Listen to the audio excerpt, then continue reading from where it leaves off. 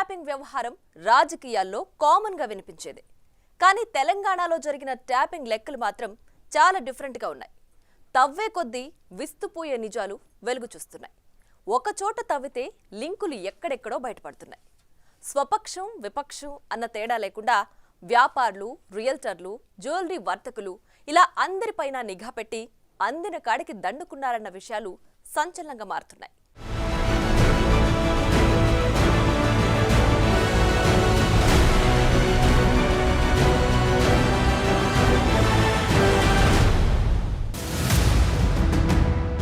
స్వపక్షం విపక్షమన్న తేడా లేదు. అందరిపైన అనుక్షణం నిఘా. చాలా దూరం వెళ్లిన ఫోన్ టాపింగ్, తవ్వే కొద్దీ సంచలన నిజాలు, బ్లాక్మెయిల్ చేసి వసూళ్ల దందా, తెర వెనుకున్న అజ్ఞాత లీడర్ ఎవరు? రైట్, ట్యాపింగ్ గ్యాంగ్ కథ క్లైమాక్స్ కు చేరుకోవటానికి ఇంకా చాలా టైం పట్టేలా కనిపిస్తోంది. ఎందుకంటే రోజుకో కొత్త సంచలనం వెలుగు చూస్తోంది. పోలీసుల విచారణలో విస్తుపోయే వాస్తవాలు తెరపైకొస్తున్నాయి. ట్యాపింగ్ గేమ్ ఎలా మొదలైంది, ఎటు మలుపు తిరిగింది, ఎక్కడిదాకా వెళ్ళిందో ఇప్పుడు చూద్దాం.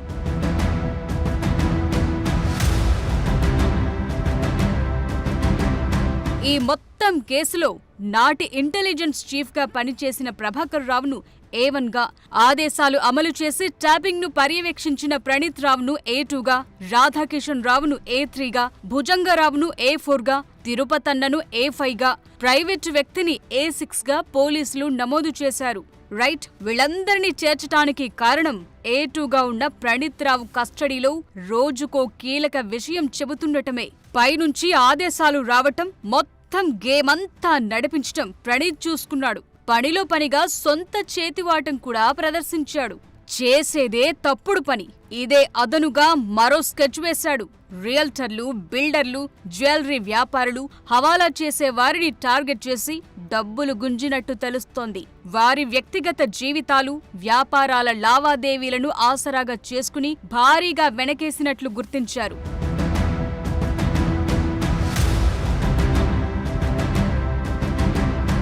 ప్రస్తుతం ముగ్గురిని పోలీసులు విచారణ చేస్తున్నారు. ఒకరు ప్రణీత్ రావు, మరొకరు భుజంగరావు, తిరుపతన్న.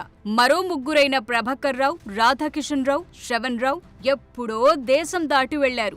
వారిపై ఇప్పటికే లుకౌట్ సర్క్యులర్ జారీ చేశారు. వాళ్లు ఇండియా తిరిగొస్తే ఈ కేసు క్లైమాక్స్ కు చేరుతుంది. ఇప్పుడంతా సింపుల్ గా చెబుతున్నదేంటంటే, ప్రభుత్వ పెద్దలు ఆదేశించారు, ట్యాపింగ్ చేశామంటున్నారు. కానీ గేమ్ అది కాదు.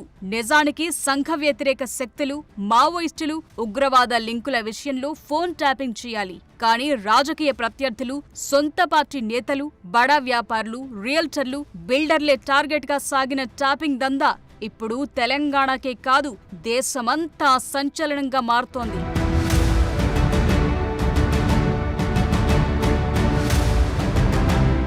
తప్పు చేస్తే ఎప్పటికైనా దొరకటం ఖాయం. ఆధారాలను మూసీలో పడేసినంత మాత్రాన తప్పించుకుంటామని ఎలా అనుకున్నారో అర్థం కాని పరిస్థితి. ఎస్ఐబిలో డేటా ఆధారాల ధ్వంసం విషయంపై ప్రణీత్ రావును విచారిస్తే అసలు విషయాలు ఒక్కొక్కటిగా బయటకొస్తున్నాయి. గత బీఆర్ఎస్ సర్కార్ పూర్తిగా ఫోన్ ట్యాపింగ్ పైనే ఆధారపడి వ్యవహారం నడిపిందా అన్న డౌట్లు ఇప్పుడు తెరపైకొస్తున్నాయి.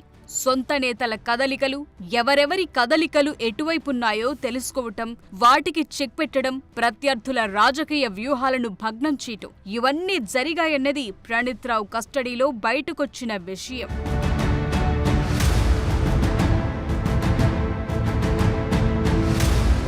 Cinema, pharma, real estate, IT రంగాల ప్రముఖుల కాల్స్ ను కూడా రికార్డ్ చేసినట్లు తెలిసింది. పలువురు ఇండస్ట్రియలిస్టుల కాల్స్ ను రికార్డ్ చేసి వాళ్లకే వాటిని తిరిగి పంపి బ్లాక్మెయిల్ చేశారని, అలా బ్లాక్మెయిల్ చేసి బీఆర్ఎస్ కు కోట్లాది రూపాయల నిధులను ఎలక్టోరల్ బాండ్స్ ద్వారా రాబట్టుకున్నట్లు పోలీసులు గుర్తించారు. ఇతర పార్టీలకు నిధులిచ్చేవారిని కూడా గుర్తించి బెదిరింపులకు గురిచేయటం వంటివి జరిగాయని అప్పట్లో టీపీసీసీ చీఫ్ గా ఉన్న రేవంత్ రెడ్డి ఆరోపించారు కూడా.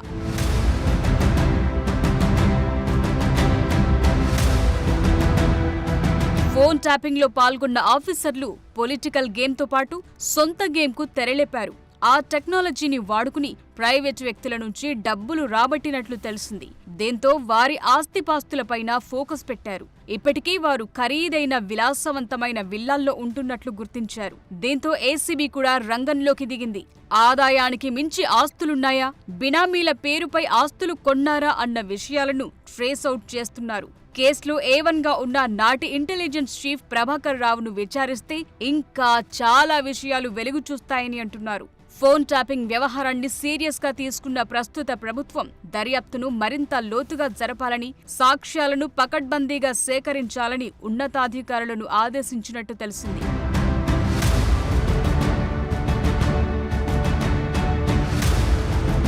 కాంగ్రెస్, బీజేపీ ముఖ్య నేతలు, వాళ్ల కుటుంబ సభ్యులు, సొంత పార్టీలోని నాయకులు, వేల కోట్ల లావాదేవీలు జరిపే ఇండస్ట్రియలిస్టులు, రియల్ ఎస్టేట్, ఫార్మా, జ్యువెలరీ వ్యాపారులు ఇలా ఎవ్వరిని వదలకుండా అందరిని ఫోన్ ట్యాపింగ్ ద్వారా గత ప్రభుత్వం టార్గెట్ చేసినట్లు పోలీసులు గుర్తించారు. ఇందుకోసం ఓ సాఫ్ట్వేర్ కంపెనీ పేరుతో ఇజ్రాయెల్ నుంచి latest tapping software, tapping equipments ను కొన్నట్లు వెలుగులోకొచ్చింది.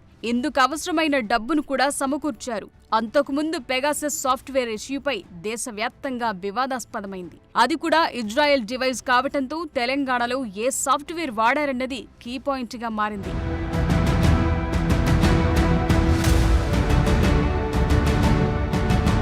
పోలీస్ డిపార్ట్మెంట్లో స్పెషల్ ఇంటెలిజెన్స్ బ్రాంచ్ చాలా కీలకమైన విభాగం. రాష్ట్రం, దేశ భద్రతకు భంగం కలగకుండా ఉండేందుకు ఎస్ఐబి ద్వారా ఆపరేషన్స్ నిర్వహిస్తుంటారు. ఇందుకోసం కేంద్ర హోంశాఖ అనుమతితో ఫోన్ ట్యాపింగ్ టెక్నాలజీని వాడుతారు. కొన్ని ఎక్సెప్షన్స్ కూడా ఈ డిపార్ట్మెంట్కు వస్తుంటాయి. సరిగ్గా ఈ అవకాశాన్ని ప్రణీత్ అండ్ కో వాడుకున్నారు. కథ నడిపించారు. చివరకు ఇదిగో ఇలా నిందితులుగా మారారు.